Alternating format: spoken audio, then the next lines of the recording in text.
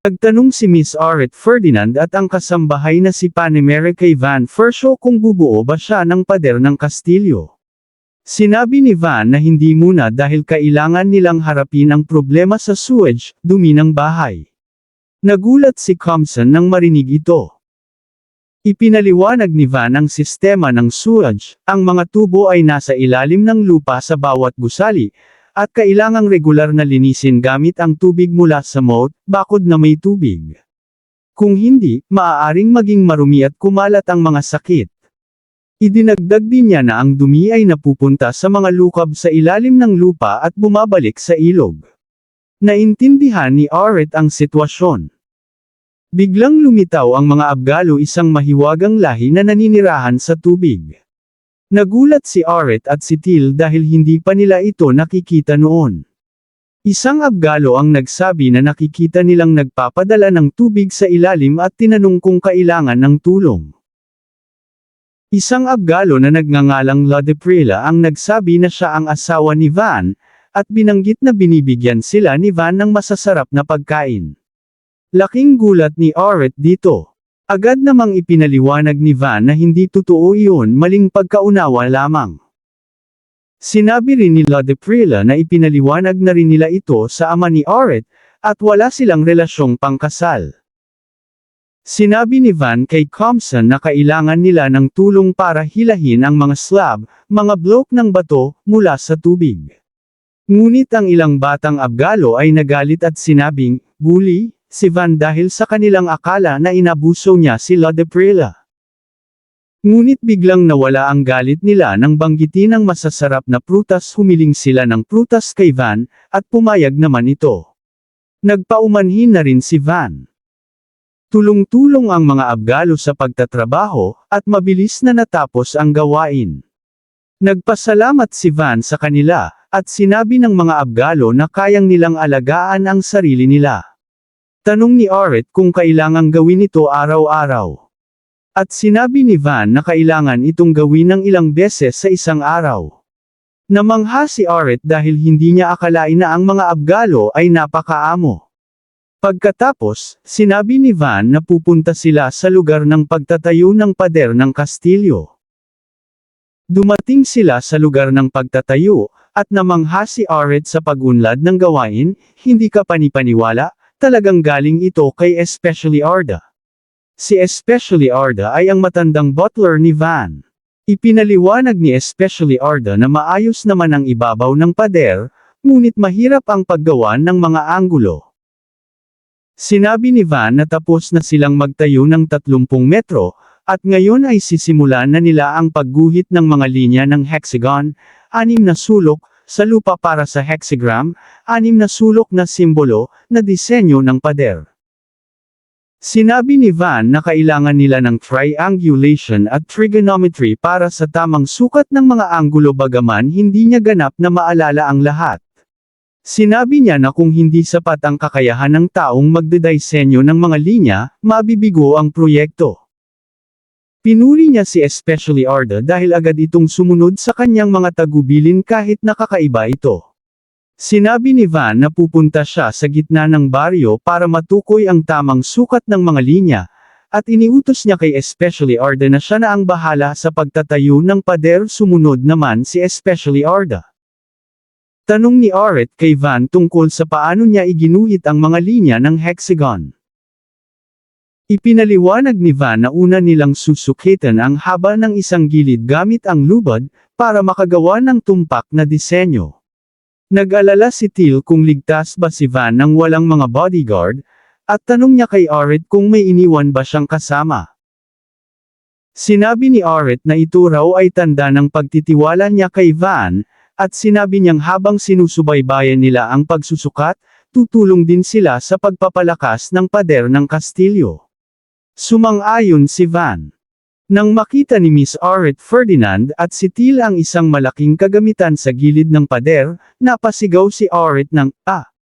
At tinanong si Van Fershaw, "Van sama, ano ba talaga ito?" Sumagot si Van na iyon ay isang balista, parang napakalaking busog at pana.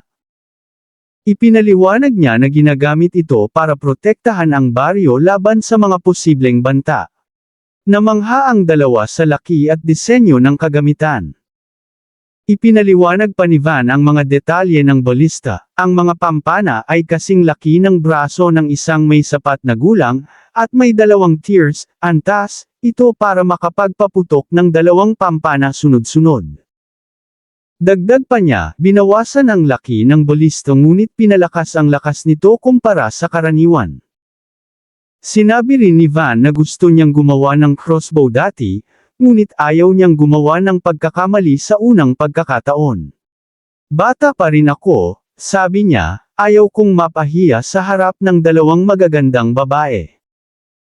Ngunit ang totoo, bumabagabag sa kanya na baka hindi magustuhan o hindi mapansin ng 2 ang kanyang gawa.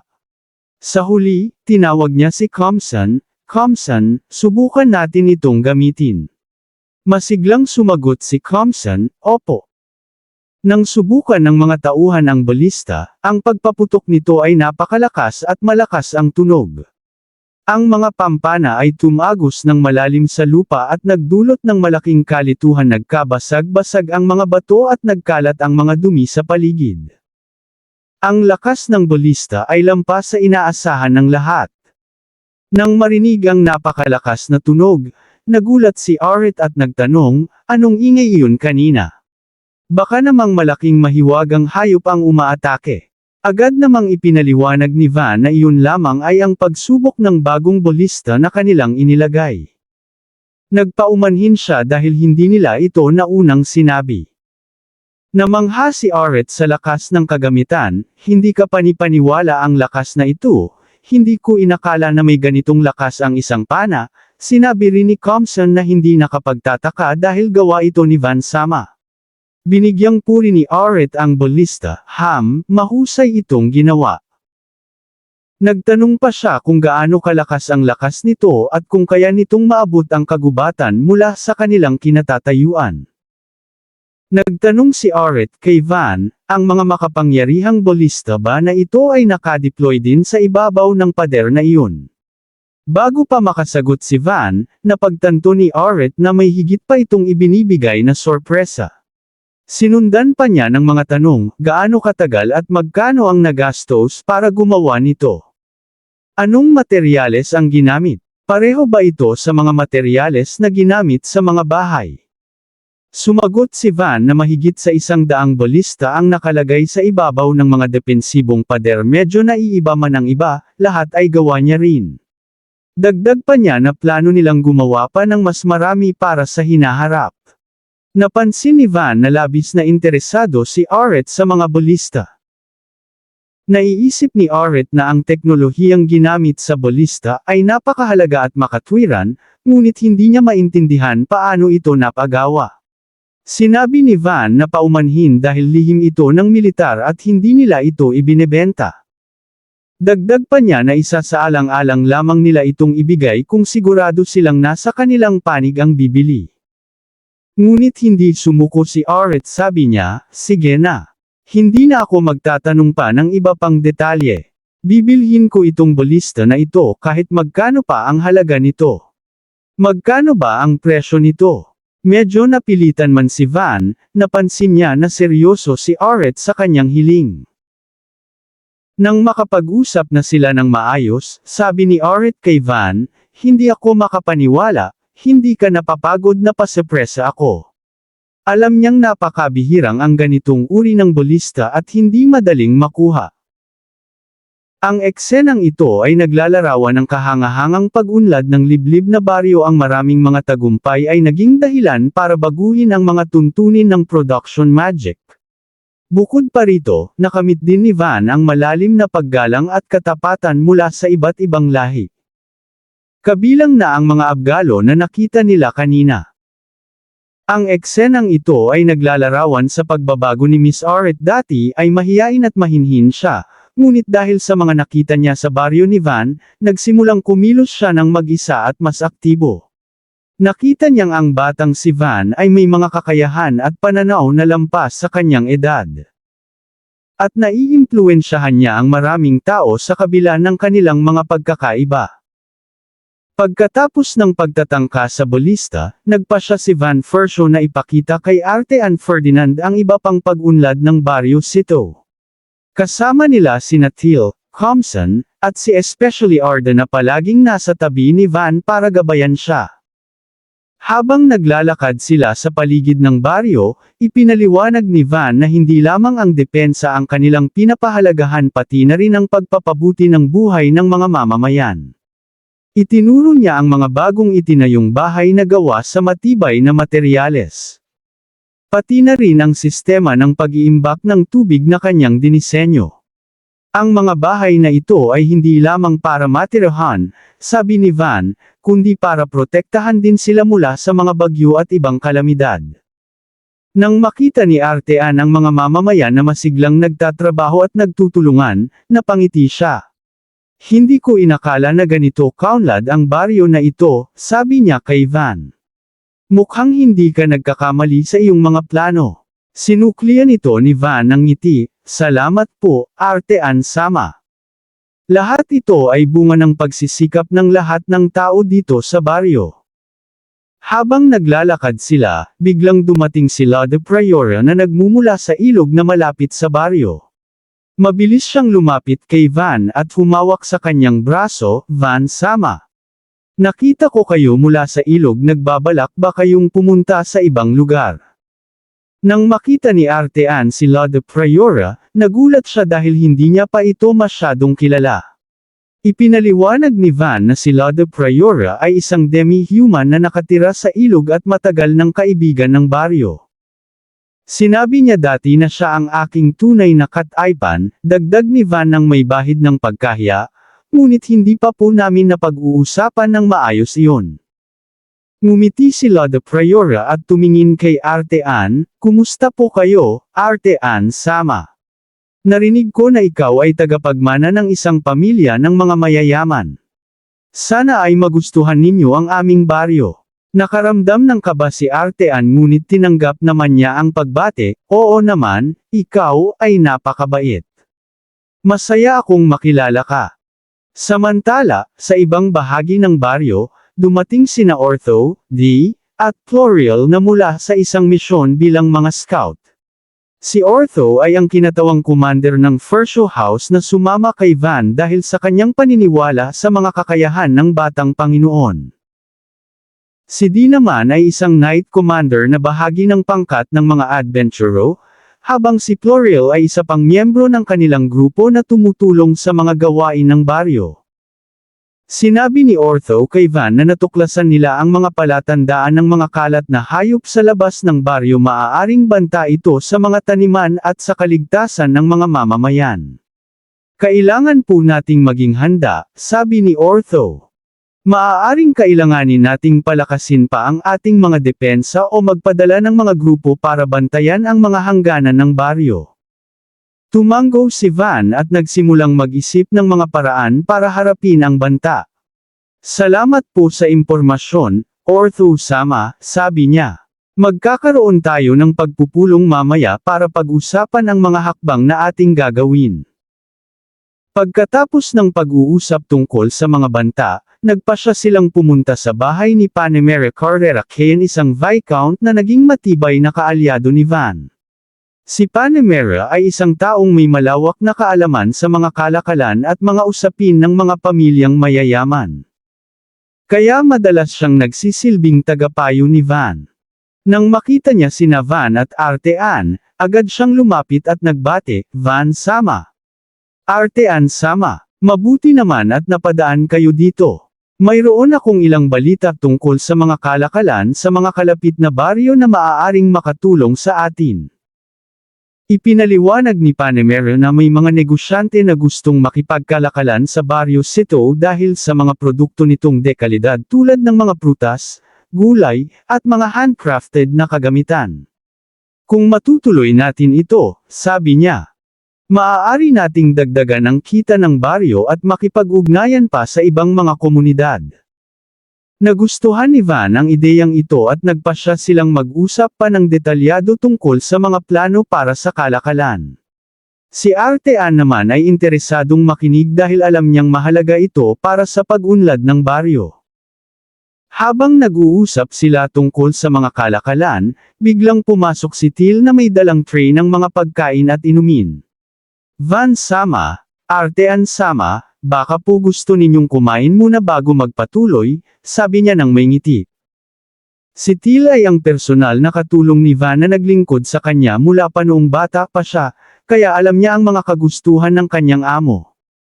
Nang makita ni Lode Priora ang mga pagkain, agad siyang napainteres, ang sarap naman ng amoy nito. Van sama, pwede ba akong kumain din? Tumango si Van at binigyan siya ng upuan. Habang kumakain sila, nagsimula silang magkwento tungkol sa kanilang mga karanasan sa baryo. Si Florio ay nagkwento tungkol sa kanilang mga misyon bilang mga adventurer, habang si Dee naman ay nagbigay ng mga payo tungkol sa pagprotekta sa baryo. Nakita ni Artean na ang lahat ay nagkakaisa at nagtutulungan para sa ikabubuti ng baryo. Mukhang napakaswerte mo, Van, sabi niya. Mayroon kang mga taong handang ibigay ang lahat para sa iyo at para sa baryo. Tumango si Van, oo po, at hindi ko sila iiwan. Gagawin ko ang lahat para protektahan sila at tiyakin na magiging maunlad ang kanilang buhay. Pagkatapos nilang kumain, nagpasya silang pumunta sa lugar kung saan ginagawa ang mga bagong bolista at iba pang kagamitan pang depensa. Si Especially Arda ay nandoon na para ipakita ang mga pag-unlad ng trabaho. Van sama, sabi ni Especially Arda na may seryosong mukha, natapos na po natin ang mga unang yugto ng paggawa ng mga bagong bolista. Ginamit po natin ang mga bagong materyales na inirerekomenda ninyo, at tila mas matibay at mas mabilis itong gumana kumpara sa dati. Ipinaliwanag ni Especially Arda na binago nila ang disenyo ng bolista para mas madaling dalhin at gamitin ng mga sundalo. Maaari na po nating ilagay ang mga ito sa mga pader ng baryo, dagdag niya. Bukod pa rito, nagdagdag po tayo ng mga sistema para makapagpadala ng mga senyales kung sakaling may banta. Panipik. Nang makita ni Artean ang mga bagong bolista, lalong namangha siya. Hindi ko maipaliwanag kung gaano karaming pagbabago ang nagawa mo sa maikling panahon, sabi niya kay Van. Mukhang handa na ang baryo para harapin ang anumang hamon. Habang sinusuri nila ang mga bolista, biglang dumating si Panamera na may dalang sulat. Van sama, sabi niya, natanggap ko po ito mula sa isa sa aking mga kaibigan sa lungsod. Mukhang may mga usap-usapan tungkol sa isang malaking grupo ng mga mandirigma na naglalakbay sa mga kalapit na lugar. Nagkatinginan sina Van at Ortho. Alam nilang maaaring ito ang banta na kanilang inaasahan. Kailangan po nating maging handa, sabi ni Ortho. Hahatiran ko na po ang mga sundalo para bantayan ang mga pasukan ng baryo. Tumango si Van, sige po, Ortho sama. Sabihin ninyo sa mga tao na manatili lamang sa loob ng baryo hanggang sa makasigurado tayo na ligtas. Nagsimula na ring maghanda si Dee at Florial para sa posibleng labanan. Hahanda na po kami para mag-scout sa labas ng baryo, sabi ni Dee. Tutulungan po namin ang mga sundalo na bantayan ang mga hangganan. Sa gabi, nagtipon-tipon ang lahat ng mga pinuno ng baryo para sa isang pagpupulong. Kasama sina Van, Artean, Panamera, Ortho, Dee, Especially Arda, at kahit sila de Priora na nais tumulong. Nag-usap sila tungkol sa mga hakbang na kanilang gagawin para protektahan ang baryo. Sinabi ni Van na hindi lamang sila dapat umaasa sa mga depensa, kailangan din nilang makipag-usap sa mga kalapit na baryo para magkaisa. Kung magtutulungan tayo, sabi niya, mas malaki ang tsansa nating mapigilan ang banta at mapanatili ang kapayapaan. Sumang-ayon si Panamera, tutulong po ako para makipag-ugnayan sa mga iba pang mga Panginoon ng baryo. Alam ko naman ang ilan sa kanila, at baka pwede nating makumbinsi na sumali sa ating pagtatanggol. Nang marinig ito ni Artean, napagtanto niya na hindi lamang isang bata si Van, mayroon siyang pananaw at liderato na kailangan para harapin ang mga hamon. Handa akong tumulong sa abot ng aking makakaya, sabi niya kay Van. Bukod pa sa aking mga tauhan, maaari ko ring ipahiram ang ilan sa aming mga kagamitan para sa depensa. Bago matapos ang pagpupulong, tumayo si Lord Priora at nagsalita, Van Sama, ako rin po ay gustong tumulong. Ang mga kasama ko sa ilog ay handang tumulong sa inyo. Maaari naming gamitin ang aming kakayahan sa tubig para bantayan ang mga tabing ilog ng baryo at pigilan ang mga kalaban na pumasok sa ganitong paraan. Nagpasalamat si Van kay Lord Priora, salamat po, Lord Priora. Lubos akong nagpapasalamat sa iyong tulong at sa tulong ng iyong mga kasama. Pagkatapos ng pagpupulong, nagpasya si Van na maglakad-lakad sa baryo para tignan ang mga tao. Nakita niya na ang mga mamamayan ay hindi natatakot sa halip, sila ay handang tumulong sa anumang paraan. Nakita rin niya si Till na nag-aayos ng mga gamit para sa mga sundalo, at si Compson na nagtuturo sa mga bata kung paano gumamit ng ilang kagamitan pangligtas. Tumingin si Van sa langit at nagsimulang mangarap ng isang mas maunlad at mapayapang kinabukasan para sa Baryo Sito. Alam niyang maraming hamon pa ang darating, ngunit mayroon siyang mga kaibigan at kasama na handang sumama sa kanya sa anumang laban. Hindi ako pababayaan ang mga taong ito, sabi niya sa sarili. Gagawin ko ang lahat para protektahan sila at tiyakin na magiging masaya sila sa kanilang tahanan. Pagkatapos ng pagpapakita ng lakas ng balista, nagtanong si Artean Ferdinand kay Van Fersho tungkol sa mga pampana nito. Sandali lang, baka bang ang mga pampana na ibinabato ng balista ay gawa sa ibang espesyal na materyales? Mapayapang sumagot si Van, hindi po, gawa lang po ito ng bakal, mas matalim lang ang dulo kumpara sa karaniwang mga pampana.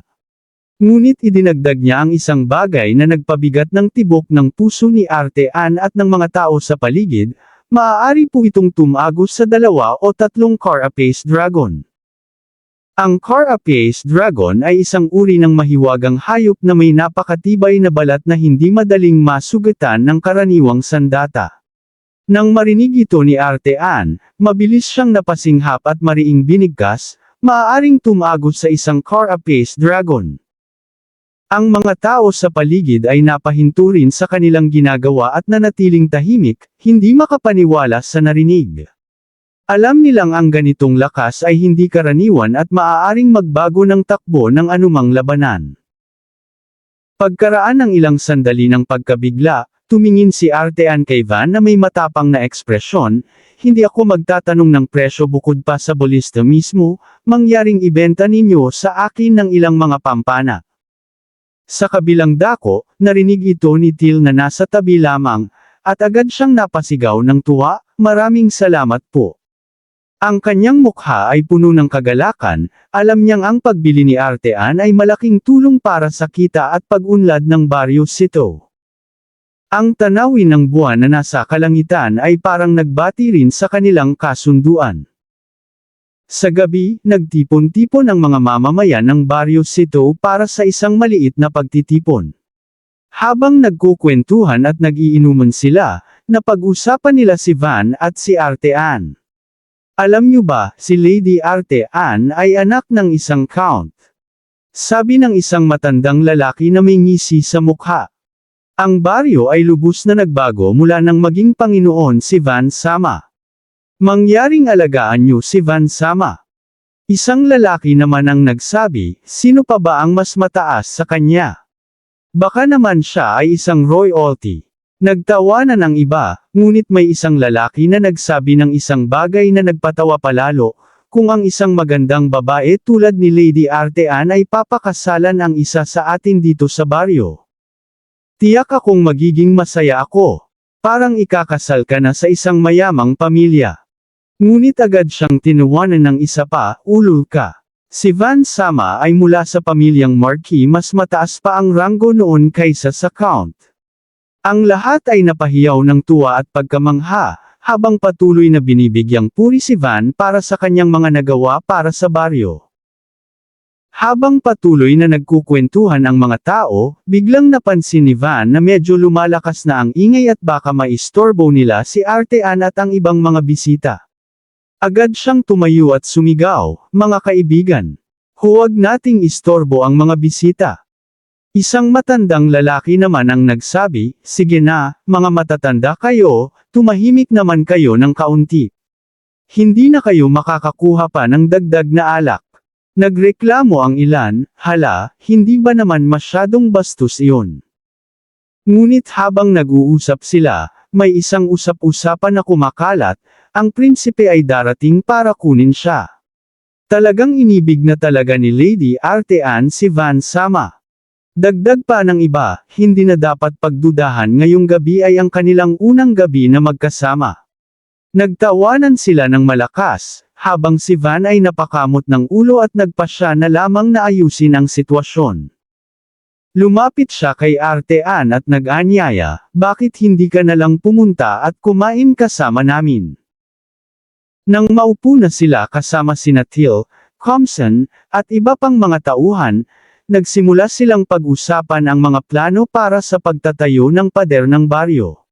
Sinabi ni Van, "Ngayong tapos na ang pagsusukat at pagpaplano, inaasahan nating matatapos na ang pagtatayo ng pader sa loob ng 1 buwan." Tumango si Compson at nagdagdag, "Opo, Van Sama, medyo malaki po ang lugar na kailangang takpan, kaya maaaring tumagal ng 1 buwan o kaunti pa." Nang marinig ito ni Till, bahagya siyang nabigla at nagsalita ng may pag-aalala, "Sana naman ay walang mangyaring masama sa panahong iyon." Tumahimik sandali ang lahat. Alam nilang ang pagtatayo ng pader ay isang mahalagang proyekto at kailangang maging maingat sila para hindi ito maantala o masira ng mga banta.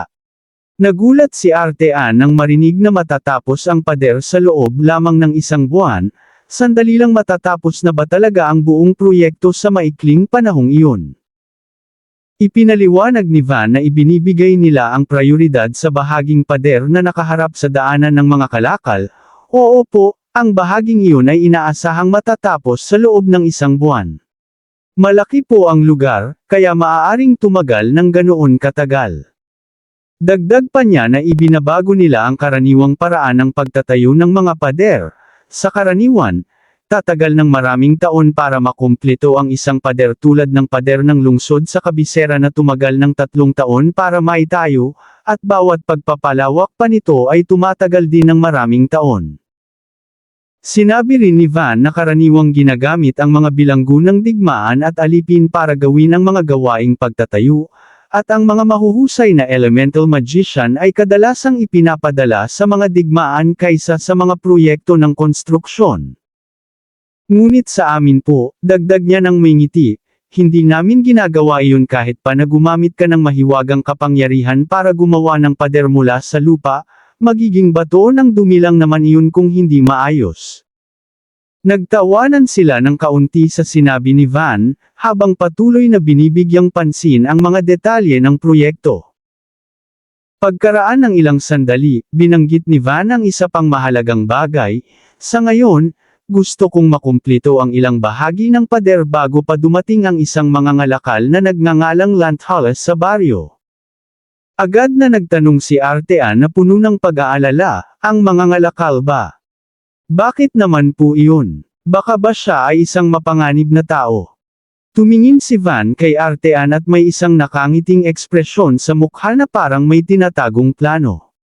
Hindi niya agad sinagot ang tanong ni Artean, ngunit kitang-kita sa kanyang mga mata na mayroon siyang espesyal na dahilan kung bakit niya gustong tapusin ang pader bago pa dumating ang mangangalakal. Matapos ang ilang sandali ng pag-iisip, ngumiti si Van at sumagot, "Well, gusto ko pong ganap silang makasurpresa." Natawa naman si Artean at nagsabi, "Sa tingin ko ay sapat na ang mga sorpresa na ibinigay mo sa amin." Ang tanawin ng buwan na nasa kalangitan ay parang sumusuporta sa kanilang pag-uusap, habang ang lahat ay naghahanda para sa mga darating pang kaganapan sa Baryo Sito. Alam nilang may mas maraming sorpresa at hamon pa ang darating. Ngunit handa silang harapin ito kasama si Van bilang kanilang Panginoon.